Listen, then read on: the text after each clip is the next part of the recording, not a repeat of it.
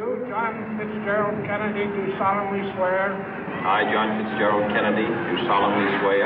That you will faithfully execute the office of President of the United States. That I will faithfully execute the office of President of the United States. And will, to the best of your ability.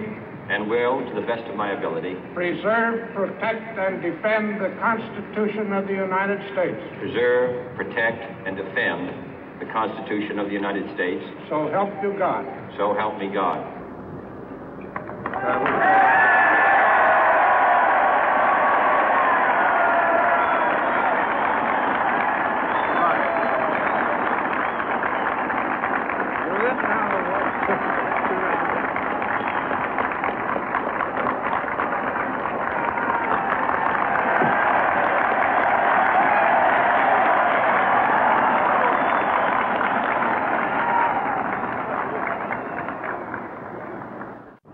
Vice President Johnson, Mr. Speaker, Mr. Chief Justice, President Eisenhower, Vice President Nixon, President Truman, Reverend clergy, fellow citizens. We observe today not a victory of party, but a celebration of freedom, symbolizing an end as well as a beginning, signifying renewal as well as change. For I have sworn before you and Almighty God the same solemn oath our forebears prescribed nearly a century and 3/4 ago. The world is very different now, for man holds in his mortal hands the power to abolish all forms of human poverty and all forms of human life. And yet the same revolutionary beliefs for which our forebears fought are still at issue around the globe. The belief that the rights of man come not from the generosity of the state, but from the hand of God. We dare not forget today that we are the heirs of that first revolution. Let the word go forth from this time and place to friend and foe alike that the torch has been passed to a new generation of Americans born in this century, tempered by war, disciplined by a hard and bitter peace, proud of our ancient heritage, and unwilling to witness or permit the slow undoing of those human rights to which this nation has always been committed and to which we are committed today at home and around the world.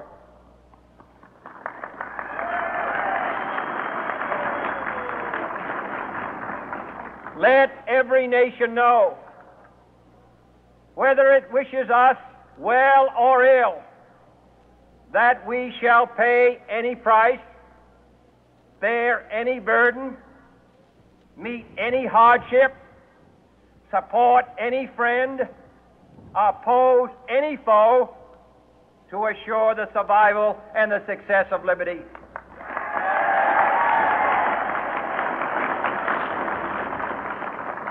This much we pledge and more. To those old allies whose cultural and spiritual origins we share, we pledge the loyalty of faithful friends. United, there is little we cannot do in a host of cooperative ventures.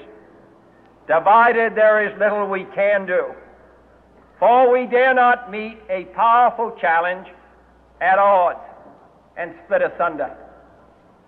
To those new states whom we welcome to the ranks of the free, we pledge our word that one form of colonial control shall not have passed away merely to be replaced by a far more iron tyranny. We shall not always expect to find them supporting our view, but we shall always hope to find them strongly supporting their own freedom, and to remember that in the past, those who foolishly sought power by riding the back of the tiger ended up inside.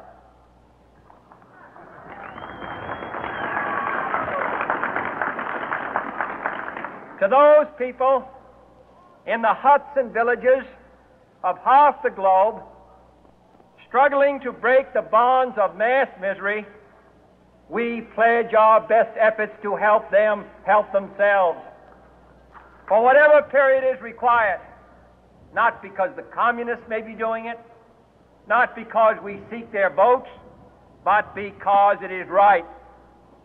If a free society cannot help the many who are poor, it cannot save the few who are rich.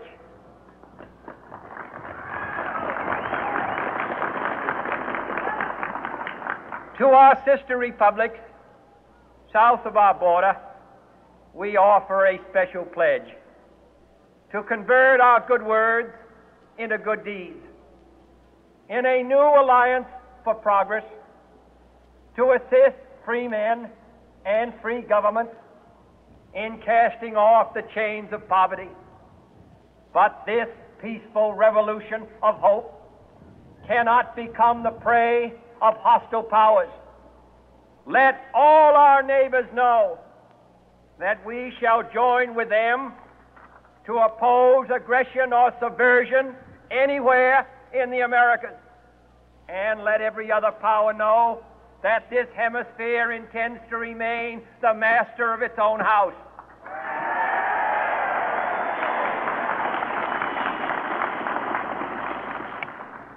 To that World Assembly of Sovereign States, the United Nations, our last best hope, in an age where the instruments of war have far outpaced the instruments of peace, we renew our pledge of support to prevent it from becoming merely a forum for invective, to strengthen its shield of the new and the weak, and to enlarge the area in which its writ may run.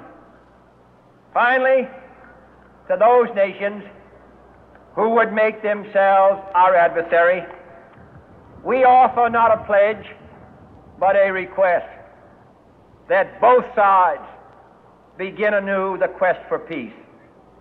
Before the dark powers of destruction, unleashed by science, engulf all humanity in planned or accidental self-destruction, we dare not tempt them with weakness, for only when our arms are sufficient beyond doubt can we be certain beyond doubt that they will never be employed.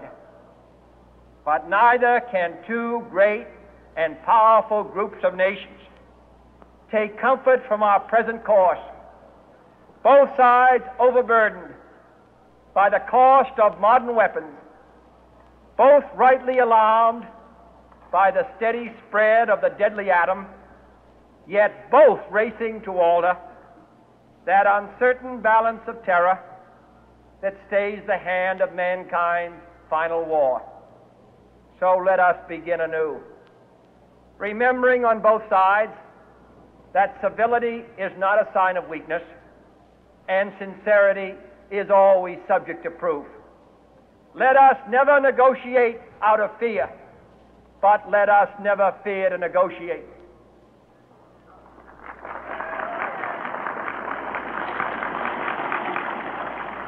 Let both sides explore what problems unite us, instead of belaboring those problems which divide us.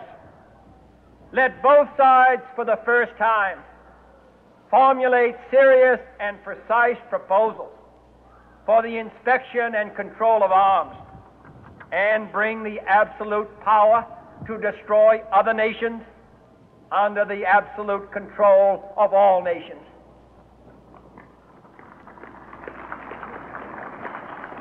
Let both sides seek to invoke the wonders of science instead of its terrors. Together, let us explore the stars, conquer the deserts, eradicate disease, tap the ocean depths, and encourage the arts and commerce. Let both sides unite to heed in all corners of the earth the command of Isaiah to undo the heavy burden and let the oppressed go free. And if a beachhead of cooperation may push back the jungle of suspicion, let both sides join in creating a new endeavor, not a new balance of power, but a new world of law, where the strong are just and the weak secure and the peace preserved. All this will not be finished in the first 100 days, nor will it be finished in the first 1,000 days, nor in the life of this administration, nor even perhaps in our lifetime on this planet. But let us begin.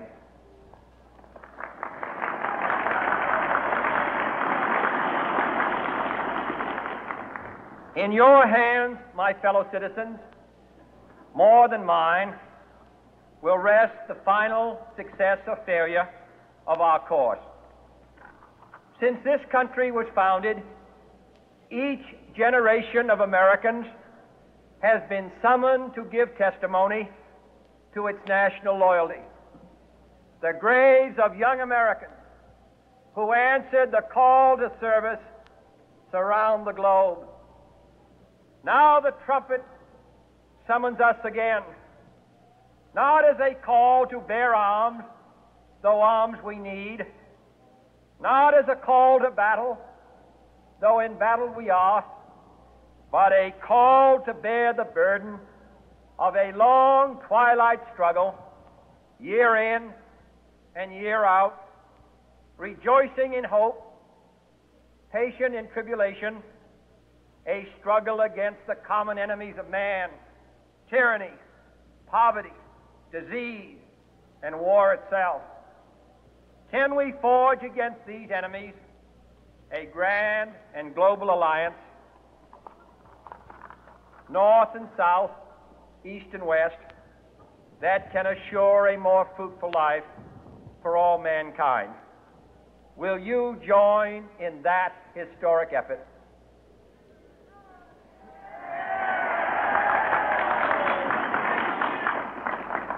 In the long history of the world, only a few generations have been granted the role of defending freedom in its hour of maximum danger.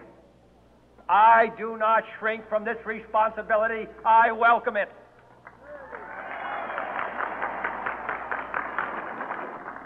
I do not believe that any of us would exchange places with any other people or any other generation.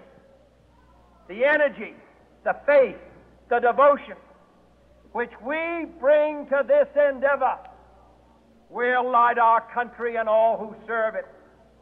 And the glow from that fire can truly light the world. And so, my fellow Americans, ask not what your country can do for you, ask what you can do for your country.